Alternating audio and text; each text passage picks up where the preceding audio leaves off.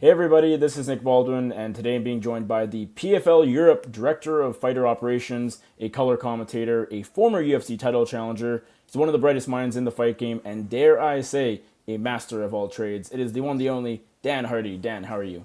I'm good, thank you. I've not quite mastered any of the trades, I don't think yet, but I'm working on a couple. I appreciate the compliment. Well, I'd say you're pretty dang good at what you do. I appreciate the time, Dan. It's nice to talk to you. I do want to quickly start with UFC 309. Of course, your wife Veronica had a fight, the first fight at MSG over the weekend. Didn't go her way, but it was competitive. It was a close fight, a good fight. How is she doing? How is she handling that result? Yeah, she's good. Of course, she was frustrated. It was the first time we've picked up a loss together as a team. She had a rough start to her UFC career. She was 1-4, and there's a lot of a lot of questions in her own mind about what she's capable of. And I think that that really kind of stalled her in the fight. She was more than capable of beating her opponent. No disrespect to Eduardo. She got the decision and she deserves it. But it was more of Veronica giving the fight away in her head, and also in her coach's head. We know what she's capable of, and I think that burns a little bit more because you feel like it was within your reach and it got away. So that's it's good motivation to go back into the gym and get back to work. But certainly something that will take a while to get your head around and Sure. come to terms with, because of just a big opportunity, and at MSG you want to go in there and impress and pick up some new fans, don't you? Is that the biggest takeaway from the fight, though? You just gotta trust in yourself, trust in your skills, and as you said, like she was more than capable. Is that the biggest thing I think she'll learn, and you guys will learn, is that you just gotta believe in yourself and know you can do it. Yeah, honestly, I think so. I really do. I see her skills in every range of the game. She's a fantastic grappler. She's a great striker. She's so quick, even for this weight class where a lot of the fighters are fast. And people often talk about her, her size compared to some of the other flyweights. And the reality is, look, you go down a weight class and she's still going to be fighting girls that are going to be taller and have longer reaches than her, and they're going to be a little bit quicker, and it just changes the problems a little bit. The reality is, and we're most likely going to get some powerlifting comps done at the start of next year, but she's got elite level powerlifting skills. She's a very, very strong individual, and I also don't want to be boiling her down, so she's making herself ill for the sake of a couple of years of competition, when really she's got the skills that she needs to be able to win these fights at this weight class. It's a self-belief thing. Like, I know what she's capable of, and when she believes that she can run through this competition, she'll start doing it. And that's just a process of being a fighter and growing on the world stage. It's difficult because everyone's got their opinions and everyone's got a suggestion for you, and as soon as you open your phone the next day, you get 1,000 messages saying what you should do, and from people from people you don't, and it's a difficult thing picking up a loss, especially with all of the stuff that comes with it in the modern day, with all the attention that mixed martial arts gets. But she's got everything she needs to be a world champion. I know that, and as soon as she starts to realize that as well, we're going to see some standout performances from her.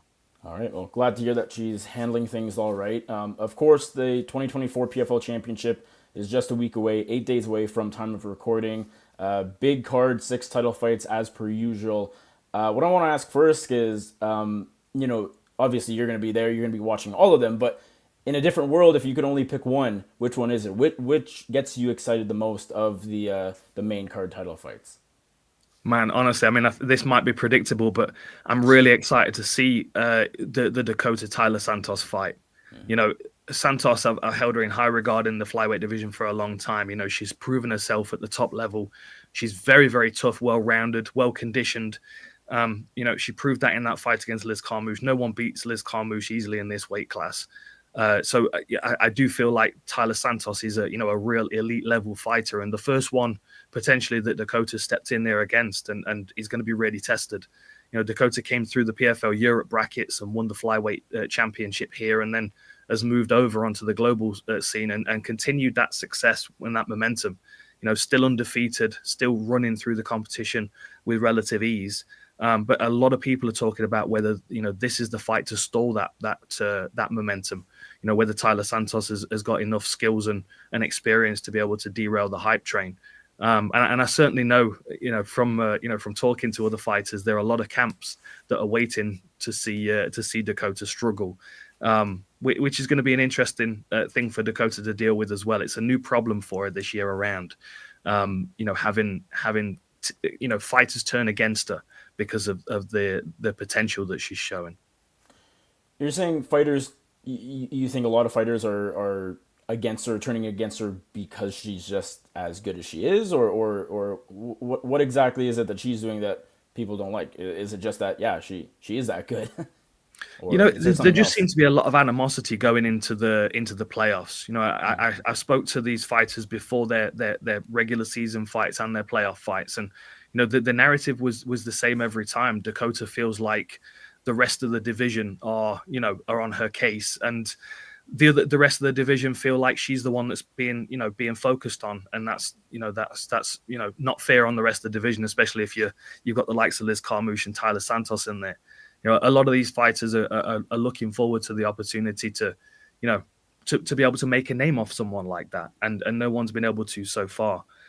So I feel like, you've even seen it in the post-fight reactions from Dakota, where she'll go over and interact with their opponent's corner, tell them to be quiet, or, puts the hand up to her ear, what are people saying now? And, it's just, you can see that coming out in her fighting style. It's making her a lot more vicious, which is a scary thing. And I feel like, that extra little bit of edge of competitiveness is going to be useful against Taila Santos, because she might be in positions where she has to dig deep and force herself to work hard out of bad positions. And I feel like throughout the regular season, a lot of fans, or I don't even know about a lot of fans, but some fans were kind of saying or wondering if, the matchmakers were maybe giving her slightly favorable matchmaking throughout the regular season. That was kind of a storyline people were talking about. But obviously now in the playoffs, there is no matchmaking. It is, if you win, you advance, and clearly now in the finale, you're getting the toughest matchup I think she probably could have gotten. If she wins, if she becomes the PFL Women's Flyweight Champion, what do you think that proves about this budding 26-year-old? I just think it proves that she's at that elite world class level. Santos has proven herself at that level, and she brings that pedigree into this fight with Dakota. If you look at the fights that Dakota's had so far, she's been fighting well-rounded fighters that have got strong skill sets in a variety of different ranges. But Taila Santos represents the complete package in mixed martial arts. And with Dakota being such a strong striker, you're going to need someone that can at least threaten to take her out of a striking range in order to get the fight won. But of course, you can't have no striking, right? You've got to have a good level of striking to be able to know what the dangers are. And that's where Dakota has been reigning supreme, because she's been coming up against opposition that just doesn't operate on the same level that she does in striking. Now, there's an argument that Taila Santos may be just a tiny bit behind in the striking, but her clinch work, wrestling and grappling, they certainly make up for that deficit.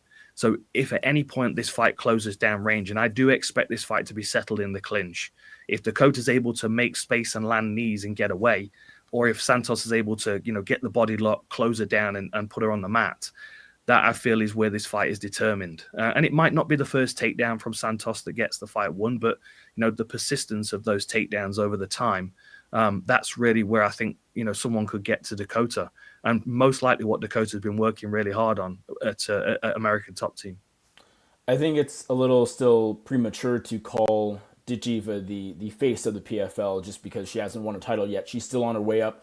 And, when you have fighters like Francis Ngannou and Chris Cyborg, these, 5-time, 6-time champions. Having said that, if Dakota wins next week, beating Taila Santos, do you think that starts becoming a conversation? Is this the PFL, the biggest star in the PFL? Is this the face of the promotion? Is that a conversation we start to have if Dakota beats Santos? Yeah, I absolutely think so. And, for a couple of different reasons. One, her being undefeated, it draws a lot of attention. And her making it look relatively easy, of course, if she has a real battle with Taila Santos in the final but still wins, I just feel like that validates Taila Santos's level more than anything. And, it shows where Dakota's game is at across the board. If she goes in there and just runs through Santos, then, that's a different thing entirely. People are really going to be interested to see, where she's going to be challenged and how. But the other thing as well to consider with Dakota, because I think she represents two things. One, she represents a young prospect that's, stepped up into competition against the likes of Taila Santos. And if she does well, of course, that validates her as a fighter. But it also validates the system that the PFL have created, right? She was the first person to win a PFL Europe championship, to move over and have success on the global scene. So, she validates the pathway. And with all the other regions that we're going to be setting up in soon, all of those champions are going to be able to look at Dakota and go, well, I can pick up $100,000 and a European title, or a MENA title, or an Africa title, or wherever the region is. And then I can get my opportunity to take on fighters that, I wouldn't necessarily get the opportunity to with the likes of Taila Santos. We saw it last year with Jesus Pineda, right? Like, he was the new face in the division. He was, he had a split decision fight against Gabriel Braga, who was another new face in the division. And both of those guys cleared it out and, handed all of the veterans, people expecting to be in the championship, a loss. So this is another one of those circumstances where you've got a fighter that's getting an opportunity that they wouldn't necessarily get because of the system, and they're making the most of it. And I think that's also what Dakota represents very well for us. And I imagine it'd be pretty cool if Dakota wins, as the head of PFL Europe, for you to sort of see, a fighter start out in PFL Europe, and then, lo and behold, a year later, they emerge as the best fighter overall in their weight class in the entire organization. Would that just be a nice little boost for you and your team, showing that, hey, there is a lot of talent in Europe? Not that we really needed proof. I mean, we all know there's tons of amazing fighters in Europe, but, seeing that championship come to fruition, I think, it just makes it really a bit more clear, if you will. Yeah, I agree. Obviously on the other side of the bracket, you've got Brendan Loughnane, who's representing the UK as well, and that, if Brendan wins again, that would do a lot for the UK fan base as well. A lot of people follow his career, but unlike Dakota, who's come through the PFL system, Brendan went a different route. Like, we knew him from outside of the PFL first, and he found his success in the PFL, and that's where he's made his money, and he's won his championship. But the thing is, I mean, Europe was an obvious one to set up the first league. Like, we've always had strong talent coming out of Europe that's always been well represented on the world scene, from a variety of different places around Europe as well. We have, very, very diverse skill sets in Europe, from, countries that are predominantly striking, countries like like the Netherlands, and like the UK is mostly known for striking. Then really strong grappling nations like Poland and France have got great grapplers as well. It's interesting that Europe can offer a lot of different styles and potential for the rosters. But what I will say is that the regions that we've not set up yet, the areas that we're going to go into where there is undiscovered talent, that's what I'm more excited about than anything, because I expect great fighters to come out of Europe, but it's the other regions that have not got the platform yet to produce that talent, to encourage it to come along. That's where I really think we're going to see the PFL format really thrive in the next sort of 4 or 5 years. Of course, elbows are going to be legal for this event, and I see your eyebrows go up. That has to be pretty exciting, just especially as a former fighter yourself. You know how much elbows can play a part in a fight. It is such a pivotal part of mixed martial arts, frankly. How excited are you that they're going to be used at this championship event?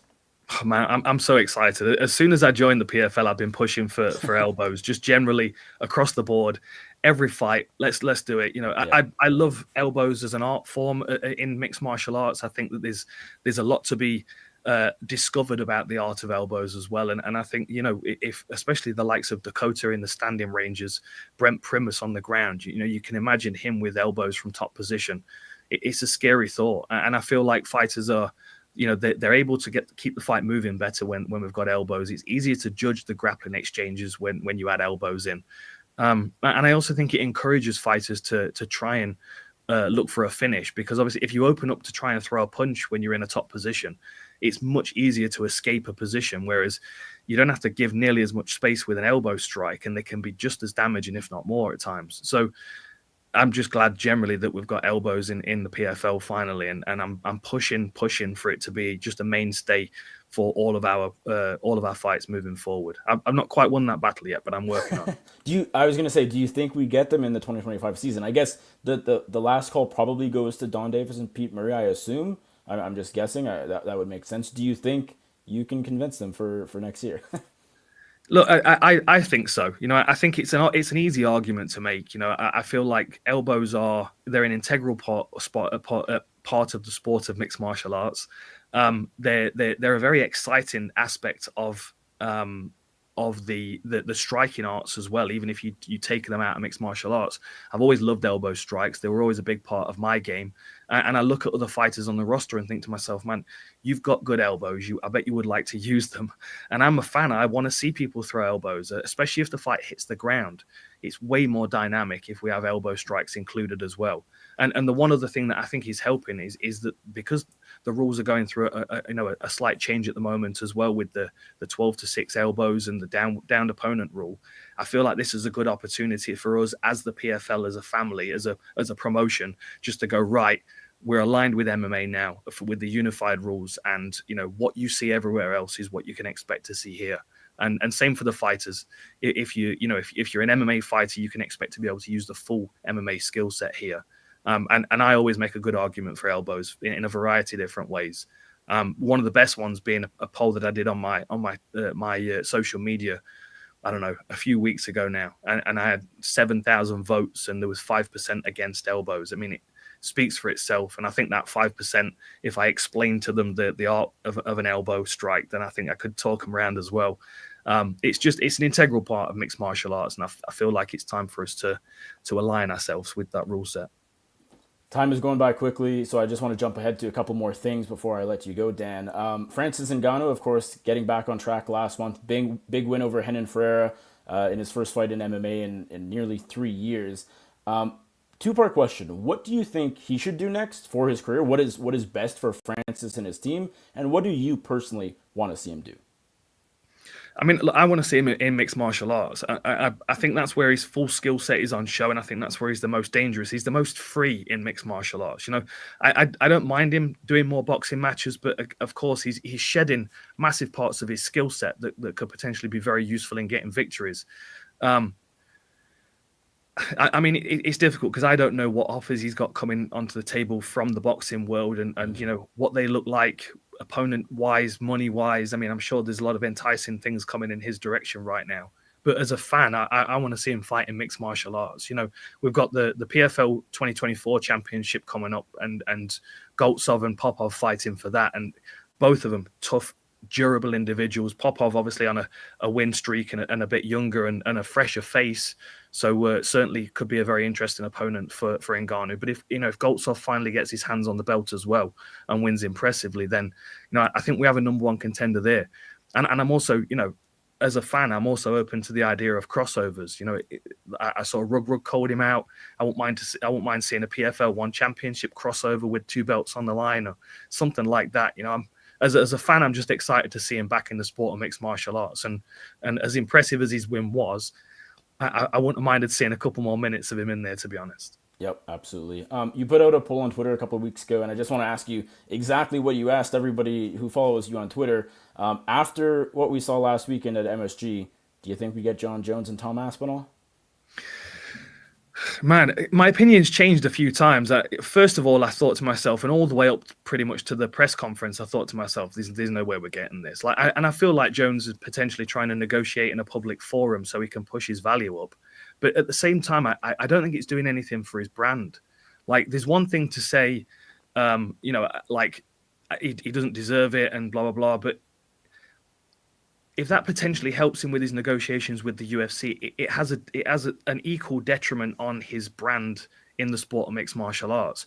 I want the heavyweight champion of the world to say that he'll fight anybody because he's the best and no one can touch him.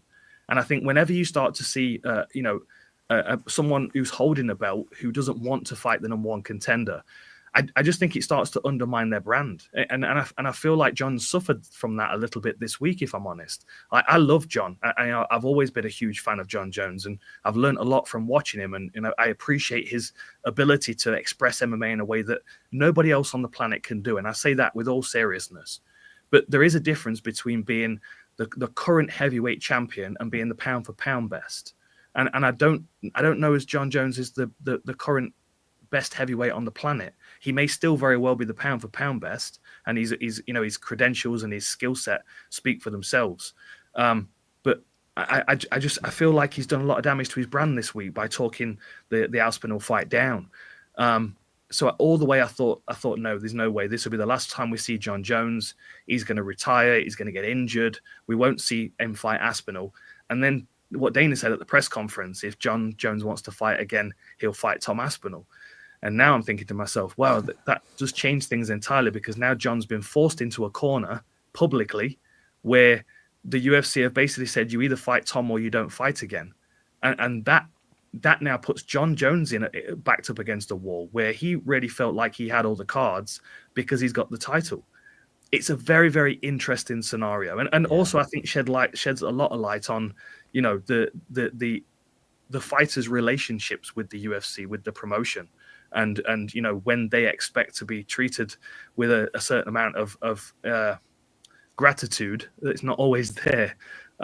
It's a very awkward situation. I feel like we may actually now see Jon Jones fight Tom Aspinall, but I don't really think he wants to fight him, and I don't feel like he feels like he needs to, and that obviously is a topic for debate. And it's such a weird situation, just because like my feeling is, as much as I want to see Jones-Aspinall, I feel like if Jones is serious about not fighting Tom, he just will put his foot down, he'll retire. But something Jones said was, the way the UFC is going to look at it is, we can either get another Jon Jones fight with the Pereira fight, or we don't.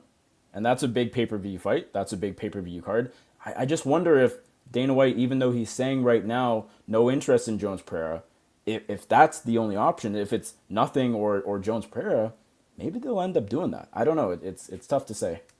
Maybe, but then you've also got a situation which is not too dissimilar to GSP coming back to fight Bisping for the middleweight title, right? Like, the middleweight title was around Bisping's waist, and the person that was going to beat him for it, you want that person to stick around, right? You want that person to stay and defend the belt. The problem that we have if Jon Jones fights Pereira, I very much feel, and this is no disrespect to Pereira and his skill set, but the size and the experience of Jon Jones, it would make it a very one-sided fight, in my opinion.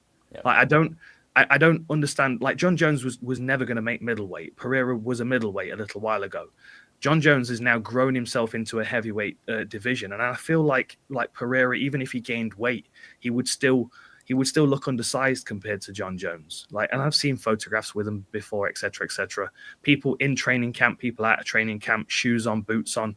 You can't read too much into two people standing next to each other in a photo. I feel like Jon would be too big for Pereira, and I feel like his wrestling game would be way too much for Pereira. And I think Dana knows this as well. So what do? Do you allow Jon Jones to have one more fight and damage your next best superstar in the sport in Alex Pereira? Because it would be better for Pereira to lose to Ankalaev, because then at least Ankalaev can come back and defend the belt against the next guy, or maybe fight Pereira again. Mm-hmm. If Jon Jones beats up Pereira, that's it. Jon Jones is gone. He ain't going to fight Aspinall anyway. And then Pereira's now taken the loss to Jon Jones, which means that he can't be argued as being the greatest of all time when Jon Jones finally steps away. It's a real balancing act for the promotion, and I don't envy them. It's not an easy thing to do, especially when you're dealing with big characters, the likes of Jon Jones. We will see what happens. And as Jon Jones said, I mean, he's in a good spot. He doesn't need the money. If he's willing to walk away, then that's what he'll do. But we'll see what happens. The 2024 PFL Championship goes down from Riyadh, Saudi Arabia, November 29th. It's going to be a long card, isn't it, Dan? I was seeing there the prelims are at 7:15 a.m. Eastern, and the main card at 1 o'clock, I believe, and then the Middle East North Africa Championship in between. Are you guys commentating all of that, or does the championship for the Middle East North Africa have different commentators, or no? It's all you?